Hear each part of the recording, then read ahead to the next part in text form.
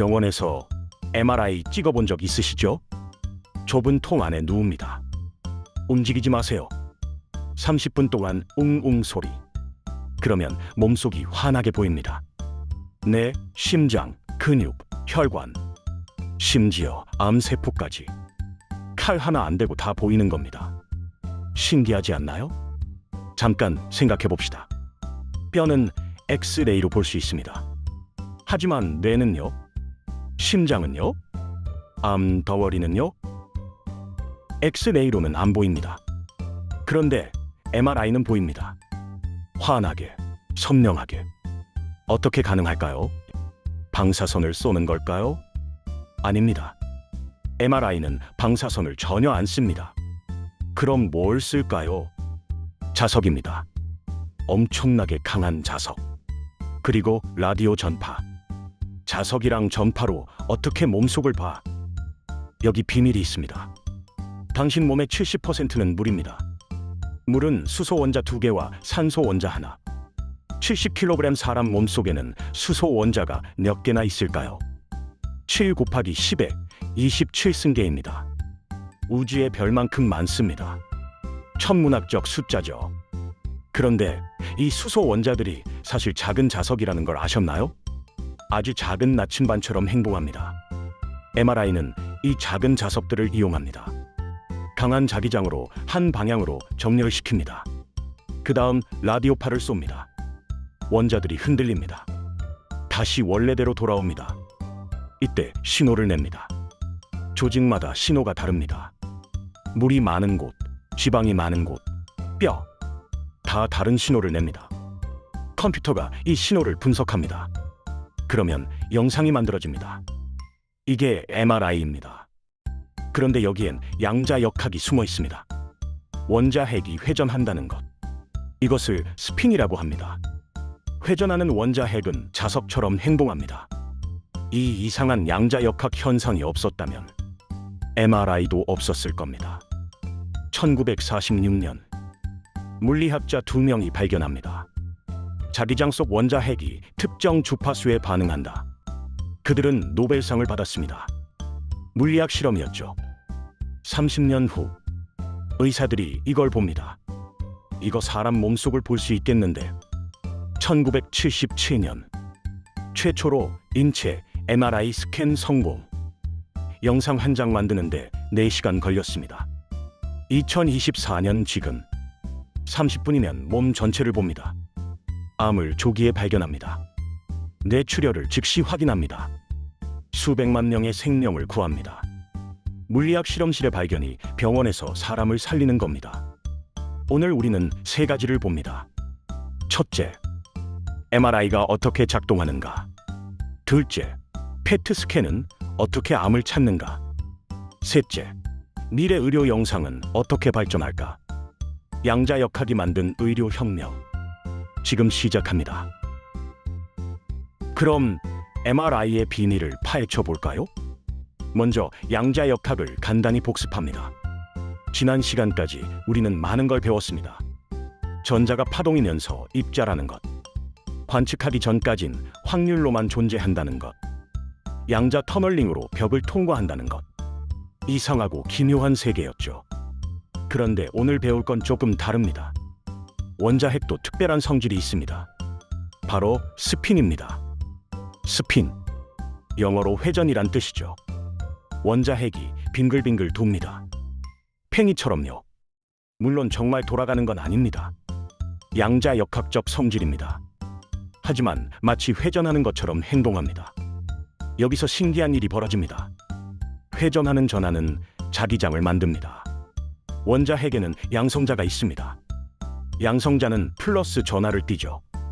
이 양성자가 회전하면 작은 자석이 됩니다. 나침반 바늘처럼요. 모든 원자핵이 다 그런 건 아닙니다. 특히 수소 원자핵이 완벽합니다. 수소 원자핵은 양성자 딱 하나입니다. 간단하죠? 그래서 자석 성질이 아주 강합니다. 자, 이제 당신 몸을 봅시다. 당신 몸의 70%는 물입니다. 물 분자는 H2O, 수소 2개, 산소 1개, 70kg 사람 기준으로. 몸속 수소 원자가 7 곱하기 10의 27승계입니다. 상상이 되시나요? 7 다음에 0이 27개 붙은 숫자. 은하수별 개수의 1조 배입니다. 이 수소 원자 하나하나가 작은 자석입니다. 평상시엔 제멋대로 방향을 가리킵니다. 어떤 건 위, 어떤 건 아래, 어떤 건 옆, 무질서하게 흩어져 있습니다. 그런데 강한 자기장을 걸면 나침반 바늘들이 북쪽을 가리키듯 수소 자석들이 한 방향으로 정렬됩니다. 이게 MRI의 첫 번째 비밀입니다. 외울 필요 없습니다. 핵심만 기억하세요. 원자 핵이 작은 자석처럼 행동한다. 특히 수소 원자 핵이 그렇다. 당신 몸엔 수소가 천지다. 이 세 가지만 알면 됩니다. 1946년 물리학자 2명이 이걸 발견합니다. 펠릭스 블로흐와 에드워드 퍼셀. 자기장 속에서 원자 핵이 특정 주파수에 반응한다. 핵자기 공명, 영어로 Nuclear Magnetic Resonance, 줄여서 NMR이라고 합니다. 두 사람은 1952년 노벨 물리학상을 받습니다. 당시엔 순수 물리학 실험이었습니다. 화학 분석에 쓸 생각은 했지만 의료에 쓸 줄은 꿈에도 몰랐습니다. 그런데 20년 후 의사들이 이걸 봅니다. 잠깐, 이거 사람 몸속도 볼 수 있는 거 아냐? 자, 정리합니다. 당신 몸속 수소 원자들은 작은 자석입니다. 강한 자기장을 걸면 한 방향으로 정렬됩니다. 특정 주파수 전파를 쏘면 반응합니다. 이 반응을 측정하면 몸속을 볼 수 있습니다. 이론은 간단합니다. 문제는 실제로 만드는 것이었죠. 어떻게 이 원리를 의료기기로 만들었을까요? 그 이야기를 지금부터 해보겠습니다. 1895년 11월 8일 독일 비르츠부르크 대학 빌헬름 레트겐이 이상한 현상을 발견합니다. 극성관에서 나오는 알 수 없는 광선. 종이도 나무도 통과합니다. 자기 손을 가져다 댑니다. 뼈가 보였습니다. X선의 발견입니다. 6주 후 부인의 손 사진을 찍습니다. 뼈와 반지가 선명하게 나옵니다. 세상이 충격에 빠집니다. 수술 없이 몸속을 본다고? 의학이 완전히 바뀌었습니다. 골절, 총알, 이물질 다 보였습니다. 하지만 한계가 있었습니다. 뼈는 잘 보이는데 뇌는요? 심장은요? 근육은요? X선은 딱딱한 조직만 잘 보입니다. 연조직은 흐릿합니다. 그리고 방사선 피폭 문제. 너무 많이 찍으면 위험합니다. 뼈 말고 다른 것도 볼 수 없을까? 의사들은 고민했습니다. 그러다 1946년 물리학자들이 핵자 기공령을 발견합니다. 앞에서 배운 그 원리죠. 하지만 이건 순수 물리학 실험이었습니다. 의료와는 아무 관계가 없었죠. 화학 분석에나 쓸 수 있겠다는 정도. 20년이 흐릅니다. 1971년 뉴욕 브루클린 다운스테이트 의과대학 레이먼드 다마디언이라는 의사가 있었습니다. 그는 암 환자들을 많이 봤습니다. 암을 조기에 발견하면 살 수 있는데 늦게 발견하면 손 쓸 방법이 없었습니다. 조기에 암을 찾을 방법은 없을까? 그는 물리학 논문을 뒤지기 시작합니다. 그러다 NMR 논문을 봅니다. 잠깐, 이거 사람 조직에도 쓸 수 있는 거 아냐? 실험을 시작합니다. 쥐의 암세포와 정상세포를 비교합니다. 놀라운 결과가 나왔습니다. 암세포와 정상세포의 NMR 신호가 달랐습니다. 물 함량이 다르기 때문입니다. 이걸로 암을 찾을 수 있어! 1971년 3월 다마디언은 논문을 발표합니다. NMR을 이용한 암 탐지 방법. 하지만 문제가 있었습니다. 신호가 다르다는 건 알았는데 어떻게 영상으로 만들지? 그냥 신호만으로는 위치를 알 수 없습니다. 2년 후 1973년 뉴욕 주립대 스토니브룩 폴 로터버라는 화학자가 있었습니다. 그는 천재적인 아이디어를 냅니다. 자기장을 불균일하게 만들면 어떨까? 위치마다 자기장 세기를 조금씩 다르게 합니다. 그러면 위치마다 신호 주파수가 달라집니다. 신호를 분석하면 위치를 알 수 있습니다. 1973년 3월, 로터번은 최초의 MRI 영상을 만듭니다. 시험관 2개가 든 물, 흐릿하고 거칠지만 영상이 만들어졌습니다. 영상 한 장 만드는데 4시간 걸렸습니다. 하지만 역사적 순간이었습니다. 다마디언도 포기하지 않았습니다. 1977년 7월 3일, 그는 최초로 인체 MRI 스캔에 성공합니다. 대상은 자기 조수였습니다. 5시간이 걸렸습니다. 가슴 담련 영상이 나왔습니다. 심장, 폐, 갈비뼈 다 보였습니다. X선으로는 안 보이던 연조직까지 환하게 보였습니다. 드디어 해냈다. 하지만 상용화까지는 갈 길이 멀었습니다. 기계가 너무 컸습니다. 방 하나를 꽉 채웠죠.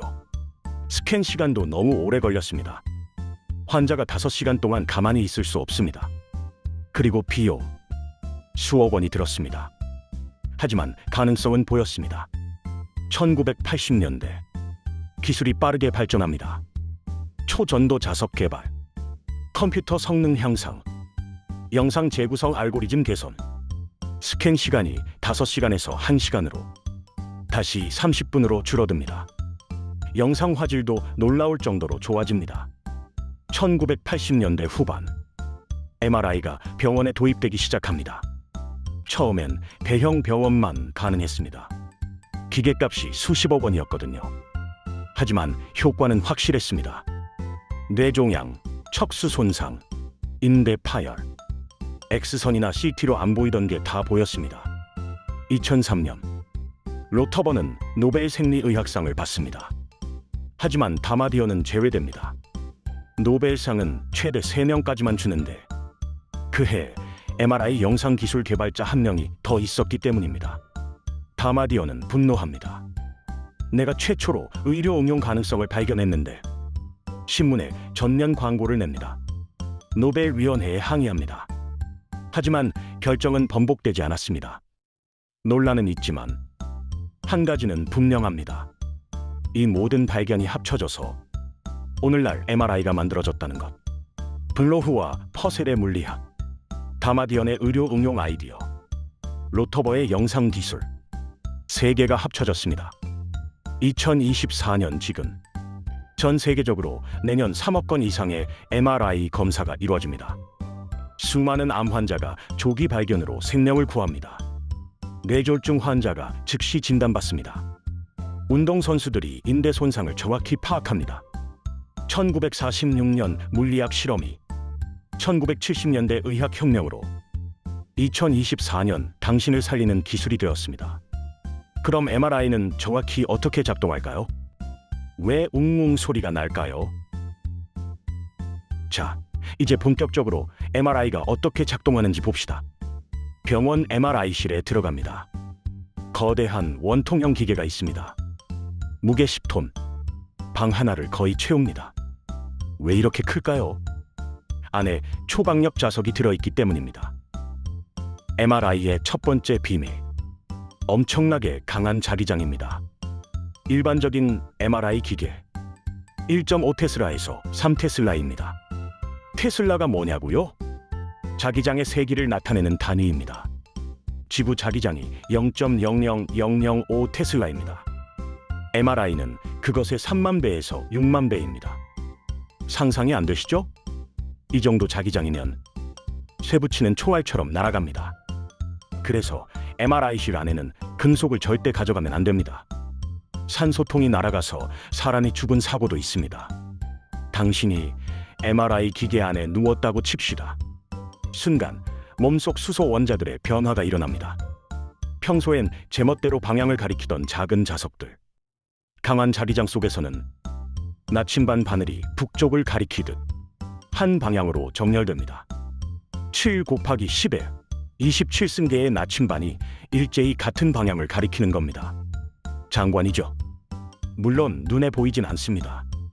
하지만 이게 1단계입니다. 정렬. 이제 2단계입니다. 라디오파를 쏩니다. 라디오파는 전자기파의 일종입니다. 빛보다 주파수가 낮습니다. 완전히 안전합니다. 우리가 FM 라디오 들을 때 쓰는 그 전파와 비슷합니다. 그런데 여기서 신기한 일이 벌어집니다. 특정 주파수의 라디오파를 쏘면 수소 원자들이 반응합니다. 공명이라고 합니다. 영어로 레조넌스. 그네를 탈 때를 생각해 보세요. 그네가 앞으로 갈 때 밀어줍니다. 타이밍을 맞춰서요.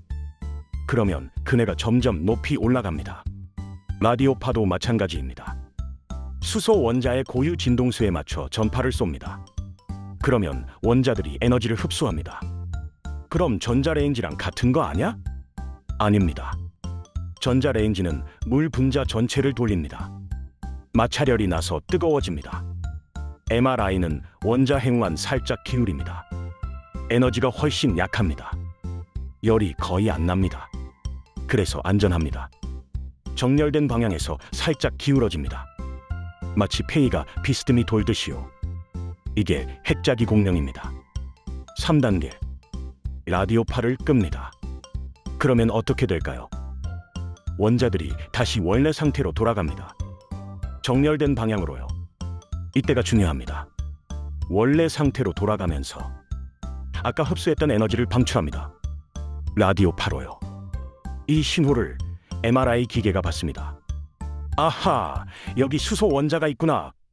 그런데 더 신기한 게 있습니다. 조직마다 신호가 다릅니다.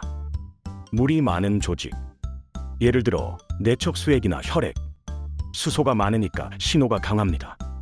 영상에서 밝게 나타납니다. 지방 조직, 수소는 있지만 물과는 다른 환경입니다. 신호 강도가 다릅니다. 중간 밝기로 나타납니다. 뼈, 수소가 거의 없습니다. 신호가 약합니다. 어둡게 나타납니다. 더 재미있는 건 원자들이 원래 상태로 돌아가는 속도도 다릅니다. 물 분자 속 수소는 빨리 돌아갑니다. 단백질 속 수소는 느리게 돌아갑니다. 암 조직은 또 다릅니다. 암세포는 물을 많이 머금고 있거든요. 이 차이를 이용하면 정상 조직과 암 조직을 구분할 수 있습니다. 4단계. 영상 만들기.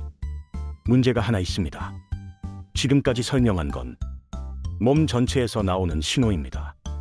어디서 온 신호인지 모릅니다. 그래서 머리에서 온 건지, 가슴에서 온 건지, 배에서 온 건지 알 수 없습니다.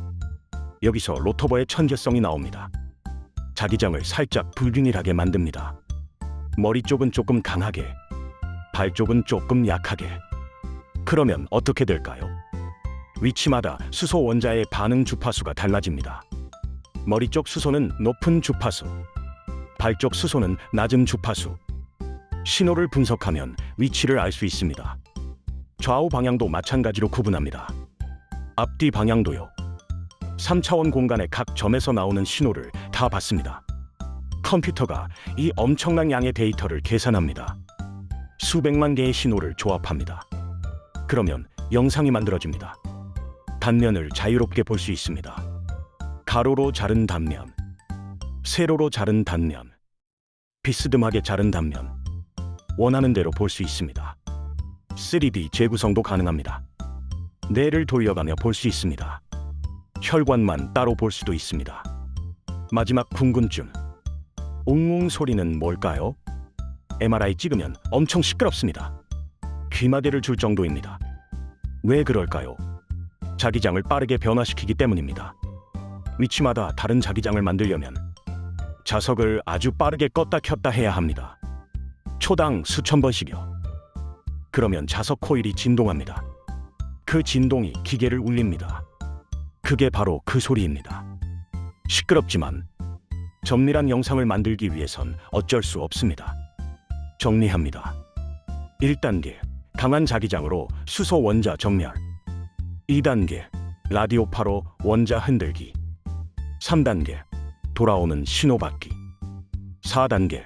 컴퓨터가 영상 재구성. 간단하죠? 물론 실제로는 훨씬 복잡합니다. 수십 가지 변수를 조절해야 합니다. 스캔 방법도 여러 가지입니다. T1 강조, T2 강조, 플레어 영상 등등. 각각 다른 정보를 줍니다. 의사들은 이 영상들을 조합해서 봅니다. 그래서 정확한 진단을 내립니다. 방사선 없이, 칼대지 않고, 자석과 전파만으로 당신 몸속을 환하게 봅니다. 양자 역학이 없었다면 불가능했을 겁니다. 그런데 MRI만 있는 게 아닙니다. 페트 스캔이라는 것도 있습니다. 이건 또 다른 방식으로 암을 찾습니다. 어떻게냐고요? 반물질을 이용합니다. MRI는 놀라운 기술입니다. 뇌, 심장, 근육을 선명하게 봅니다. 하지만 한계가 있습니다. 구조는 잘 보이는데 기능은 잘 안 보입니다. 무슨 말이냐고요? 예를 들어볼까요? 뇌에 1cm 덩어리가 있습니다. MRI로 보면 덩어리는 보입니다. 하지만 이게 뭔지 모릅니다. 물혹일 수도 있고, 양성 종양일 수도 있고, 악성 암일 수도 있습니다. 겉모습만으로는 구분이 어렵습니다. 이 세포가 지금 뭘 하고 있는지 볼 수 없을까? 의사들은 고민했습니다. 여기서 한 가지 사실을 발견합니다. 암세포는 정상세포보다 당을 훨씬 많이 먹습니다. 3배에서 10배까지. 왜 그럴까요? 암세포는 빠르게 분열합니다. 에너지가 많이 필요합니다. 그래서 당을 미친 듯이 흡수합니다. 이걸 이용할 수 없을까? 1970년대 과학자들이 아이디어를 냅니다. 방사성 포도당을 주사하면 어떨까? 암세포가 더 많이 먹을 겁니다. 그럼 암 위치를 알 수 있겠죠? 문제는 어떻게 탐지하느냐입니다. 여기서 등장하는 게 페트입니다. Positron Emission Tomography. 양전자 방출 단층 촬영. 양전자? 반물질입니다. 반물질이 뭐예요? 전자의 정반대 입자입니다. 전자는 마이너스 전하, 양전자는 플러스 전하. 질량은 똑같습니다. SF 영화에 나오는 그 반물질 맞습니다. 양전자와 전자가 만나면 둘 다 사라집니다. 소멸하는 겁니다. 그리고 순수한 에너지로 변합니다. 감마선이 나옵니다. 이게 바로 아인슈타인의 E는 mc 제곱입니다. 질량이 에너지로 바뀌는 겁니다. 페트는 이걸 이용합니다. 작동 원리를 봅시다. 먼저 특별한 포도당을 만듭니다. FDG라고 합니다. 불소 18이라는 방사성 물질을 붙인 포도당입니다. 이 불소 18이 양전자를 방출합니다. 환자에게 FDG를 주사합니다. 정맥으로 들어갑니다. 혈액을 타고 온몸으로 퍼집니다. 세포들이 포도당을 흡수합니다. 암세포는 특히 많이 먹습니다. 여기서부터가 신기합니다. 불소 18이 붕괴하면서 양전자를 쏩니다. 양전자가 주변을 날아다닙니다. 1mm도 못 갑니다. 곧바로 전자를 만납니다. 우리 몸은 전자천지니까요. 양전자와 전자가 충돌합니다. 둘 다 사라집니다. 그 순간 감마선 2개가 나옵니다. 두 감마선은 정확히 반대 방향으로 180도로 날아갑니다. 왜 반대 방향일까요? 운동량 보존 법칙 때문입니다. 정지해 있던 두 입자가 소멸하면 나온 에너지도 반대로 가야 균형을 맞춥니다. PT 스캐너는 이 감마선을 잡습니다. 환자 주위에 검출기가 빙 둘러져 있습니다. 서로 반대편 검출기 2개가 동시에 신호를 받으면 아하, 중간 어디선가 양전자가 소멸했구나. 위치를 계산합니다. 이렇게 수백만 번 측정합니다. 컴퓨터가 계산합니다. 그러면 영상이 만들어집니다. FDG가 많이 모인 곳, 밝게 빛납니다. 암세포가 있는 곳입니다. 페트의 강점은 기능을 본다는 겁니다. 세포가 활발히 활동하는지, 당을 많이 먹는지, 이걸 직접 봅니다. 1cm도 안 되는 작은 암도 찾습니다. 전이된 암도 찾습니다. 온몸을 한 번에 검사할 수 있습니다. 하지만 PET도 약점이 있습니다. 정확한 위치를 알기 어렵습니다. 암이 있긴 한데 정확히 어느 장기 어느 부위인지. 그래서 나온 게 페트 CT입니다. 페트와 CT를 합친 겁니다. CT는 X선으로 찍는 단층 촬영입니다. 구조를 정확히 봅니다. 페트는 기능을 봅니다. 둘을 합치면 완벽합니다. 여기 밝게 빛나네? 암세포가 활발하네? CT로 보니 간 왼쪽 옆 2cm 부위를 딱 찾아냅니다. 현재 PET CT는 암 진단의 표준이 되었습니다. 특히 이런 경우에 씁니다. 첫째, 암의 전이 확인. 원발암은 수술로 제거했는데 다른 곳으로 퍼졌는지 확인할 때 온몸을 한 번에 봅니다. 둘째, 치료 효과 판정. 항암 치료 후 암세포가 죽었는지 확인합니다. 셋째, 재발 확인. 암이 완치됐다고 했는데 혹시 다시 생긴 건 아닌지 PET로 찾아냅니다. 넷째, 치매 진단. 알츠하이머병은 뇌세포가 포도당을 덜 씁니다. PET로 보면 어둡게 나옵니다. 어느 부위가 문제인지 정확히 봅니다. 다섯째, 심장 질환. 심장 근육이 살아있는지, 혈류가 잘 흐르는지 기능을 직접 봅니다. 실제 사례를 볼까요? 50대 남성, 폐암 수술을 받았습니다. 종양을 깨끗이 제거했다고 합니다. 하지만 불안합니다. 다른 데로 퍼진 건 아닐까? PET, CT 검사를 합니다. 결과가 나옵니다. 다행히 깨끗합니다. 전이가 없습니다. 6개월마다 추적 검사를 합니다. 2년 후 PET에서 작은 점이 보입니다. 척추, 뼈 한 곳. CT로는 거의 안 보입니다. 하지만 PET에서 밝게 빛납니다. 조기에 재발을 찾았습니다. 즉시 치료를 시작합니다. 지금은 건강하게 지냅니다. PET가 생명을 구한 겁니다. 물론 PET도 단점은 있습니다. 방사성 물질을 쓰니까 피폭이 있습니다. 하지만 매우 적은 양입니다. 불소 18의 반감기는 110분입니다. 하루만 지나면 거의 다 사라집니다. 그리고 비쌉니다. MRI보다 비용이 더 듭니다. 불소 18을 만드는데 사이클로트론이 필요합니다. 입자 가속기의 일종이죠. 병원마다 있는 게 아닙니다. 대형 병원만 가능합니다. 그래서 아무나 찍는 검사는 아닙니다. 암이 의심될 때, 전이를 확인할 때 꼭 필요한 경우만 씁니다. 정리합니다. MRI는 구조를 봅니다. PET는 기능을 봅니다. 둘을 합치면 완벽합니다. 반물질이라는 양자역학의 산물이 오늘날 수백만 명의 암을 조기에 찾아냅니다. 이는 mc제곱이 생명을 구하는 겁니다. 그럼 미래는 어떻게 될까요? 양자 기술은 의료 영상을 어디까지 발전시킬까요?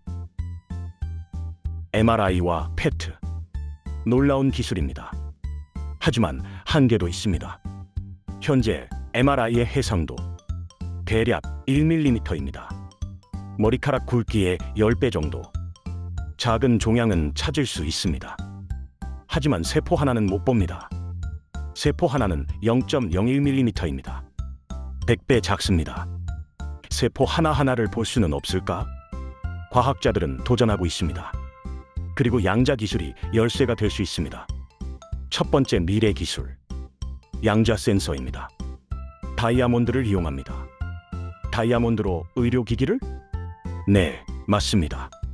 특별한 다이아몬드입니다. 탄소 원자가 빼곡히 박힌 다이아몬드.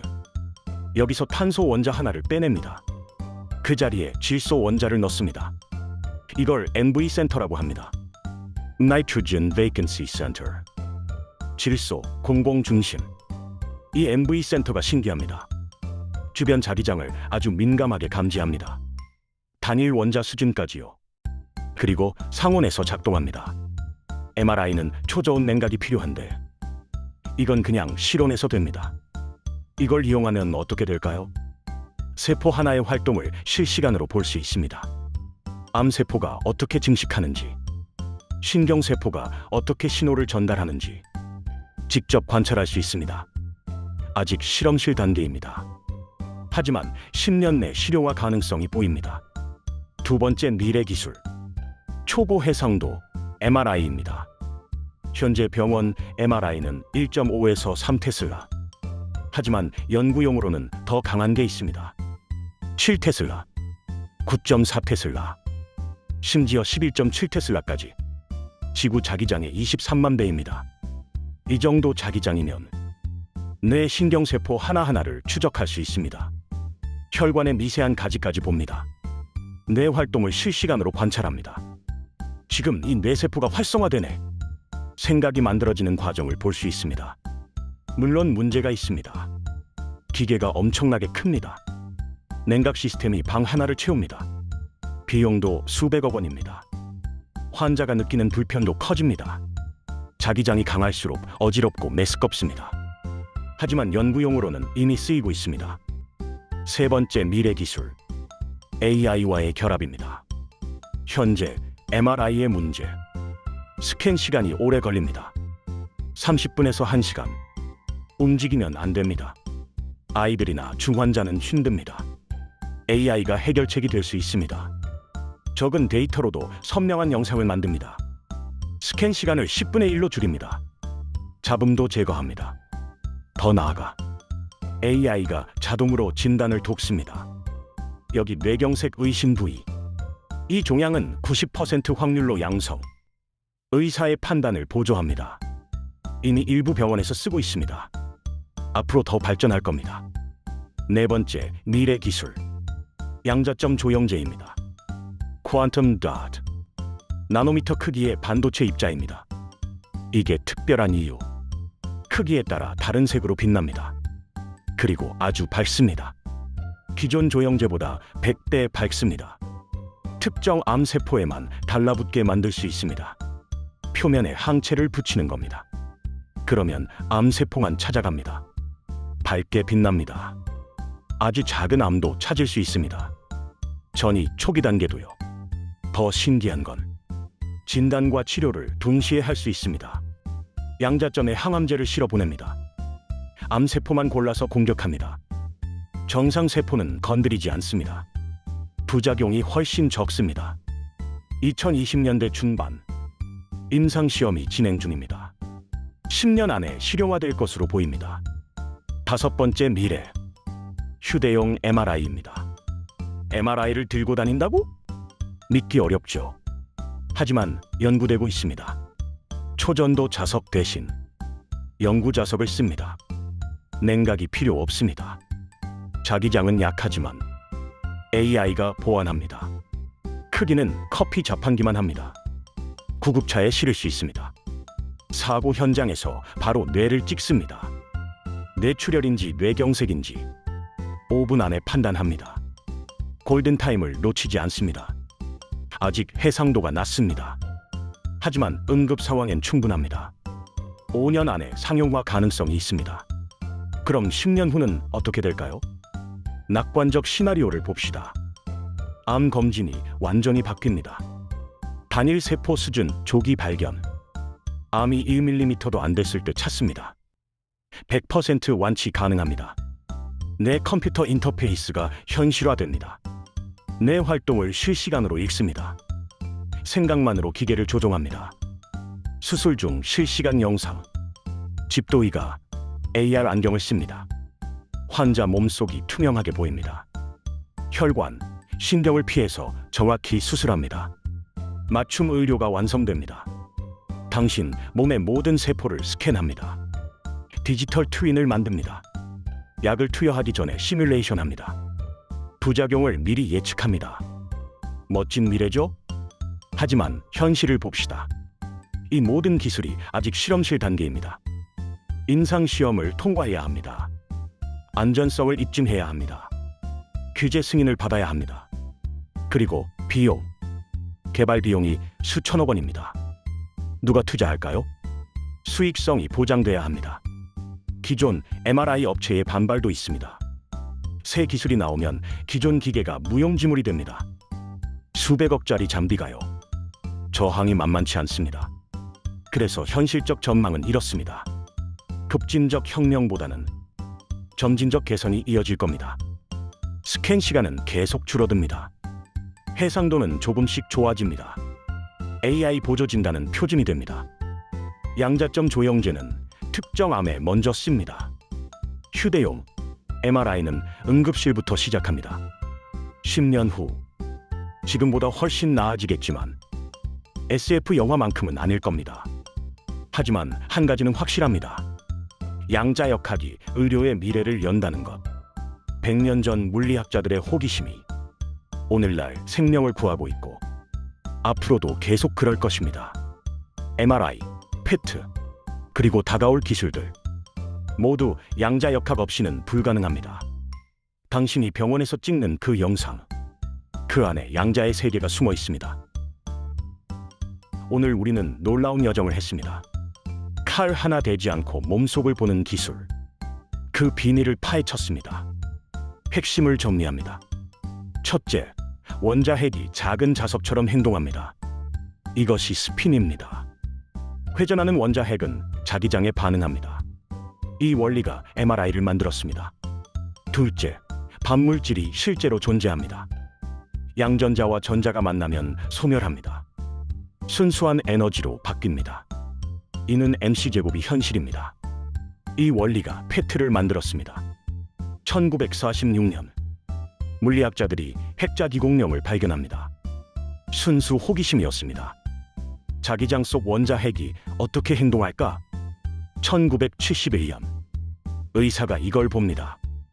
이거 암을 찾을 수 있겠는데? 1977년 최초로 인체 MRI 스캔 성공. 5시간이 걸렸습니다. 2024년 지금 30분이면 몸 전체를 봅니다. 내년 전 세계적으로 3억 건 이상의 MRI 검사가 이루어집니다. 수백만 명이 조기 진단받습니다. 뇌출혈, 척추 손상, 암 전이 즉시 발견합니다. 골든타임을 놓치지 않습니다. 페트 CT도 마찬가지입니다. 암의 조기 발견율이 획기적으로 높아졌습니다. 1cm도 안 되는 암을 찾습니다. 전이를 즉시 확인합니다. 재발을 놓치지 않습니다. 수많은 생명이 구해졌습니다. 1970년대만 해도 암 진단은 수술을 해봐야 알았습니다. 배를 열어봐야 했습니다. 이미 늦은 경우가 많았습니다. 지금은요? 피 한 방울 안 흘리고 진단합니다. 통증도 없습니다. 방사선 피폭도 거의 없습니다. 이 모든 게 양자역학 덕분입니다. 100년 전 물리학자들, 그들은 우주의 신비를 풀고 싶었을 뿐입니다. 원자의 세계를 이해하고 싶었습니다. 의료에 쓸 생각은 없었습니다. 하지만 그 발견이 오늘날 병원에서 내일 사람을 살립니다. 당신의 할머니, 할아버지, 어머니, 아버지, 형제, 자매, 친구들, MRI나 페트로 생명을 구한 사람이 주변에 있을 겁니다. 양자역학이 그들을 살렸습니다. 앞으로도 그럴 겁니다. 양자 센서, 초보 해상도, MRI, AI 진단. 기술은 계속 발전합니다. 더 빠르게, 더 정확하게, 더 안전하게. 10년 후엔 암은 조기 발견이 당연해질 겁니다. 불치병이 아니라 관리 가능한 질병이 됩니다. 뇌 질환도 마찬가지입니다. 치매, 파킨슨병. 조기 발견하고 진행을 늦춥니다. 양자역학이 만드는 미래입니다. 마지막으로 하나만 기억하세요. 병원에서 MRI 찍을 때, 웅웅 소리 들릴 때, 그 안에 양자의 세계가 있다는 것. 몸속 수소 원자들이 자석처럼 정렬된다는 것. 페트 검사 받을 때 양전자가 소멸하며 감마선을 낸다는 것.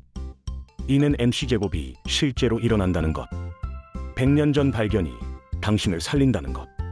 과학은 멀리 있지 않습니다. 당신 곁에 있습니다. 당신을 지키고 있습니다. 오늘 이야기는 여기까지입니다. 다음 시간 양자역학 시리즈 마지막 편, 양자 컴퓨터입니다. 0과 1을 동시에 계산하는 컴퓨터. 수백만 년 걸릴 계산을 3분에 끝냅니다. 신약 개발, 암호 해독, 기후 예측. 모든 게 바뀝니다. 불가능하다던 기술이 현실이 되고 있습니다. 다음 편에 뵙겠습니다. 감사합니다.